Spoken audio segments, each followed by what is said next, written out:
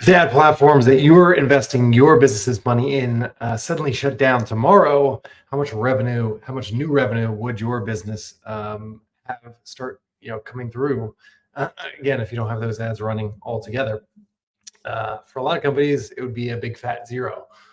And for the cautionary tale that I'll share today, that is exactly what happened a few years ago for the business that I was working for.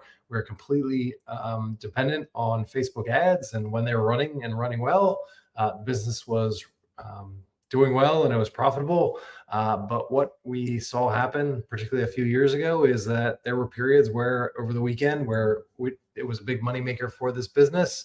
Facebook ad platform would go down for everybody, not just us, for everybody. And we'd have a big fat zero in terms of revenue that we couldn't quite get back. Tried other platforms, we tried to diversify, but never could make those ROAS numbers work anywhere else. And I know for a lot of companies, that is the same. It might be your present case scenario right now.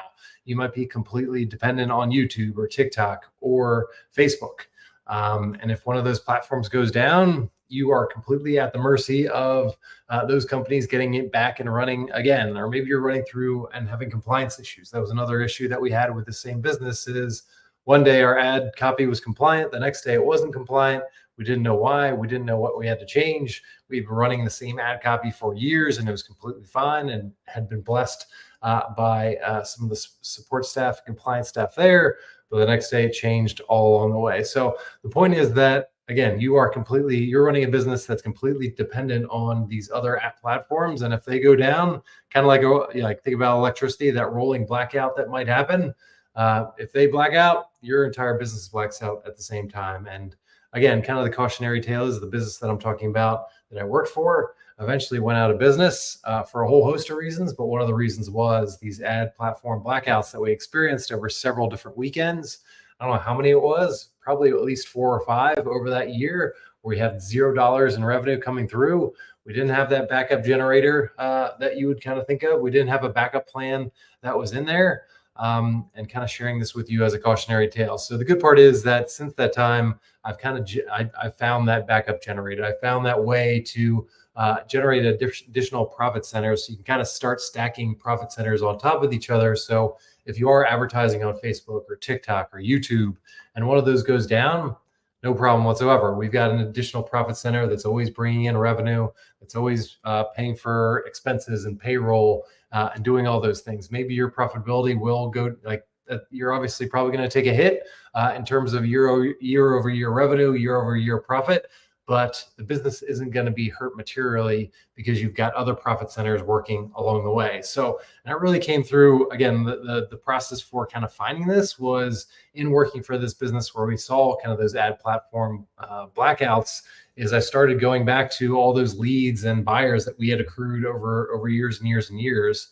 This was over 1 million leads, and over a combination of those leads and buyers was over 1 million people. So I had to go back to them and started through email, but other avenues in terms of how do we re-engage these people? How do we re-engage them in a sales process, get them back, in this case, to a call with our sales team, but ultimately get some revenue generated. But it never really quite worked because we were always driving people to a sales call, and nobody really wanted to jump on a sales call, especially if they've been on our one of our sales calls with our sales teams before. They knew they were going to be pitched some high dollar bundle or something like that, and they weren't interested in that. So again, the process that I've kind of discovered and kind of installed in the businesses that I work with now is one where, again, if their ads go down tomorrow and they're down for several days, we always have these high ticket sales always coming through on a consistent basis.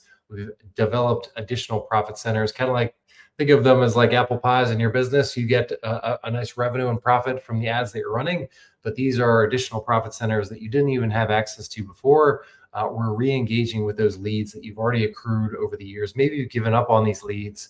Maybe they opted in or bought something a year ago or 3 years ago or 5 years ago. It really doesn't make a difference because, again, we're kind of starting the whole process over again.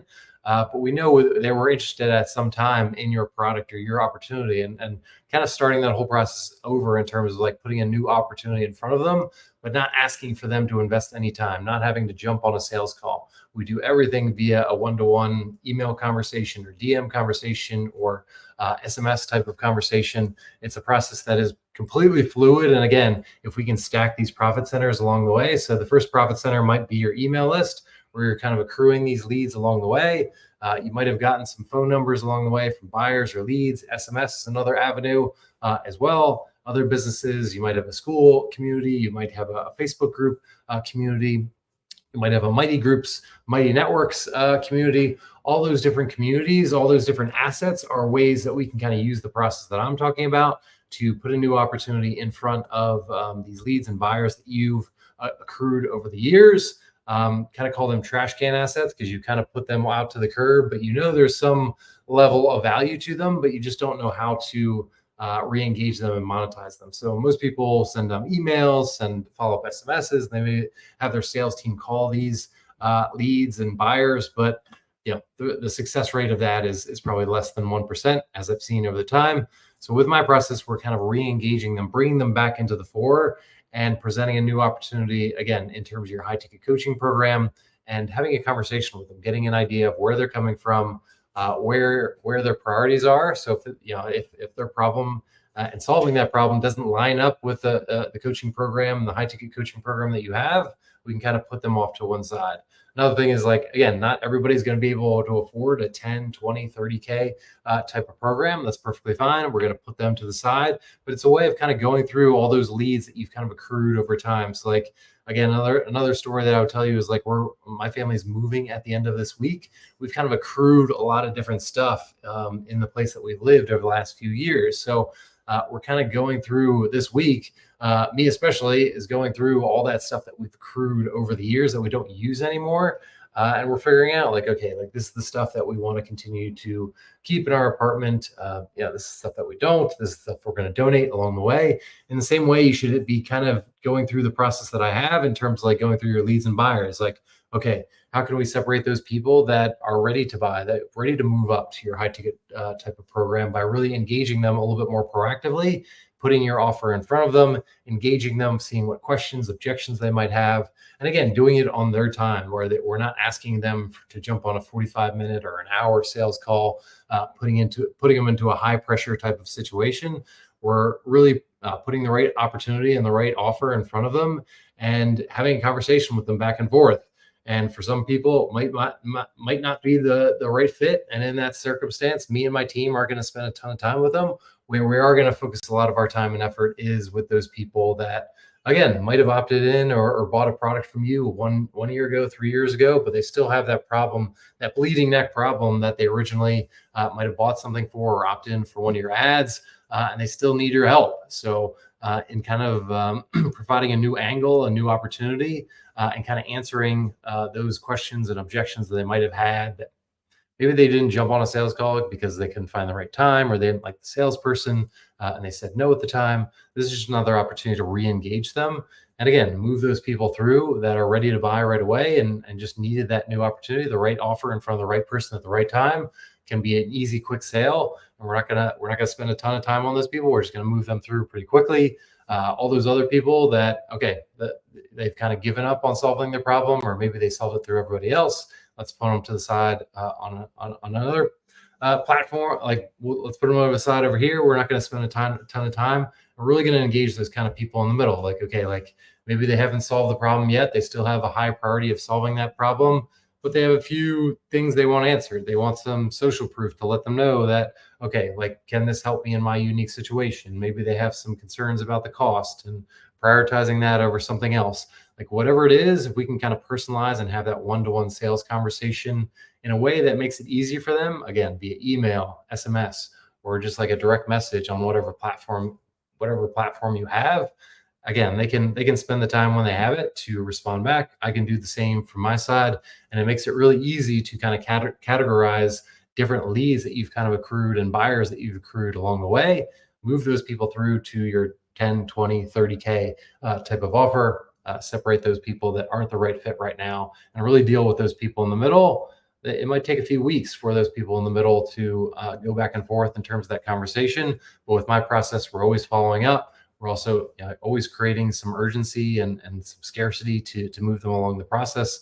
And again, if you have the right offer in front of the right person that still has that problem that they need solved, and you can kind of differentiate and tell them what's different, what's missing from all the stuff that they're trying right now, it can make a big difference in terms of doing that. So again, if you're running ads and you're kind of dependent on ads, whether it's Facebook, YouTube, Google negative, whatever it is right now, you are susceptible to, again, at any period of time, like these platforms almost more and more as the year goes by, they kind of shut down for any number of days, especially on the weekend, or you get hit with a compliance warning out of the blue and your ads get shut down. Like in those instances, your revenue could go to zero for those days. And that might not be a big deal, for your business once or twice, but as those things kind of build up over time, you always want to be stacking those profit centers, building up those profit centers so that you're not only diversifying where you're putting your ads, but diversifying where your profits are coming from. And this is a way of doing that, really re-engaging those leads and buyers that you've already paid for. You've already given money to Zuckerberg or Google for these leads and buyers. You might as well re-engage with them, see where they stand across those different levels of awareness. And if you can monetize them into your higher ticket type of program, it's going to make you much less dependent on those front end ads that you're running. And even if they do go down for any period of time, again, you've kind of got those backup profit centers that continue to, again, think about that kind of like mailbox money that real estate talks about. This is a way of kind of, again, getting some additional income coming through without you having to take a ton of the effort. So with my approach, I'm doing all this on your behalf.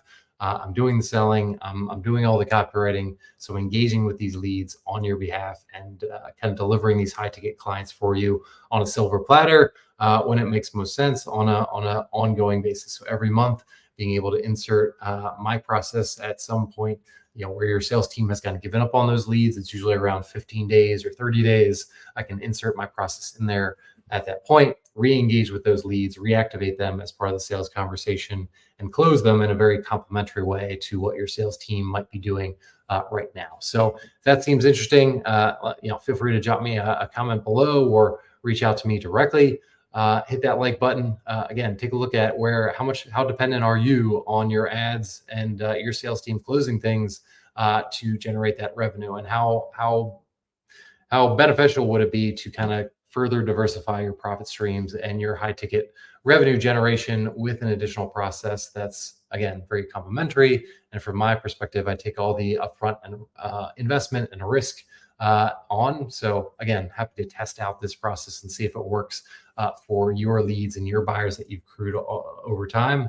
Obviously don't work with everybody, but for the right partners, I will take on that upfront investment and risk, and you only get paid for those clients that I'm able to deliver on your behalf. So try to make it as much of a no-brainer type of opportunity as possible. So with that, I'll see you on a future live.